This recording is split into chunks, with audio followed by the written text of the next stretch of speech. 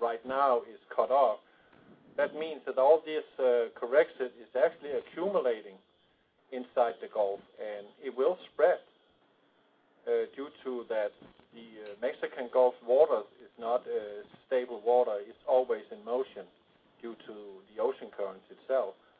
So it will be mixed, and it will be the entire Gulf in the long run which will be affected by this. But first of all, it's going to be America which is being hit because it's so close to America. But it will spread this problem. And it will also spread out to the other oceans. And I've actually been thinking about today, who knows, they are spraying this correction into the ocean.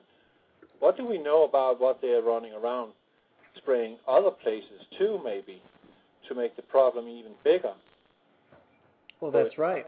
Here in America, which everybody will look towards and say, you are the bad guys, you polluted our waters, and then they can turn angry on them. I don't know.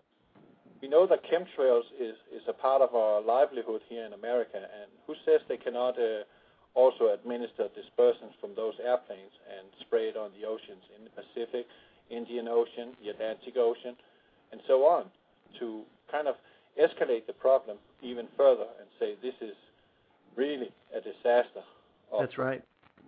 That's right. And Griff, I mean, heck, as far as chemtrails are concerned, I guess we could call you an authority on that. And I've seen the work of Cliff Carnicom and what he's done as far as his research. And, based on his research, heck, you find dried red blood cells falling to Earth from some of the chemtrails. But it is a possibility that they could be doing this in other places, like Henning's saying, to exasperate the problem, wouldn't you say? Well, it's being done all over the world. I have always believed that the American government sold the program to the world, probably through United Nations, as a global warming deterrent. That's right. What I really believe. There's no way to prove that, but it's occurring all over the world. What it was in the very beginning when they started was a radio frequency mission planner, RFMP. And it's a military computer system that enables the American military to fight battles.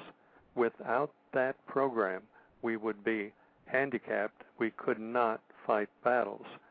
It's high-tech, computerized satellite ground hookup that enables the American commanders to see three-dimension battlefield images with all of the technical data. In addition, you have a ducting situation created over land terrain with the barium aerosol, and it works on high frequency, like 2 meter, 1 meter gigahertz frequencies.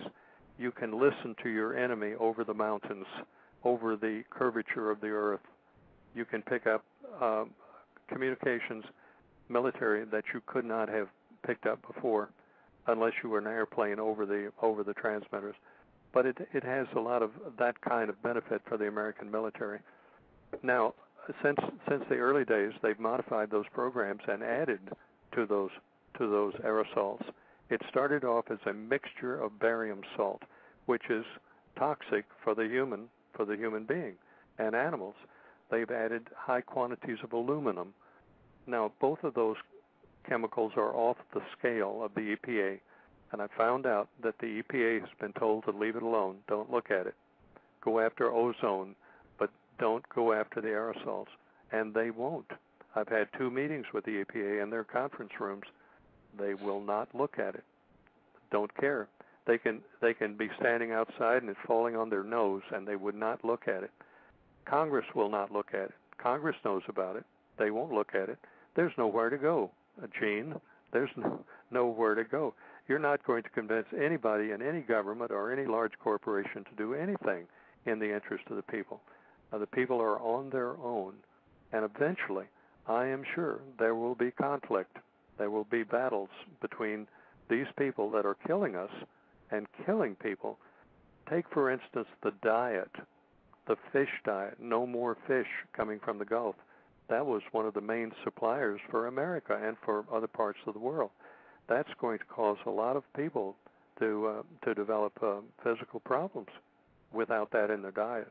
We don't know how that's going to play out, but they are matching the murderer description. They're going to kill people, and they're doing it with no remorse whatsoever, it would seem. Joe? Yeah. Henning, what do you think that does to the food chain? It cut off the food chain, because the little fish eat the little fish, and little larger fish is the larger fish, but it is the small fish first that dies. They will be the fast ones poisoned, and when they die, the larger fish has nothing to eat, and that will die, and then it will just, like a domino. That's that effect it will have. So, plus we creating a dead zone in the Mexican Gulf now because of all these chemicals. Well, life in the Gulf is finished. It's over. You know, Matt Simmons said the same thing about this ordeal that we have going on.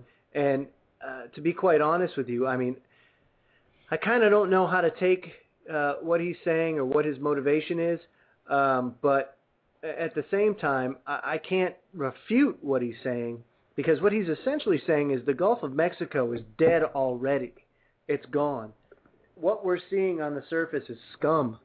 It's really just a very, very, very small percentage of what actually is in the Gulf. And even in the last couple of days, I've heard NOAA confirm this. I mean, of these gigantic oil plumes down deep below in the Gulf. And I mean, we know and we can see the toxicity of this stuff just in testing the surface water.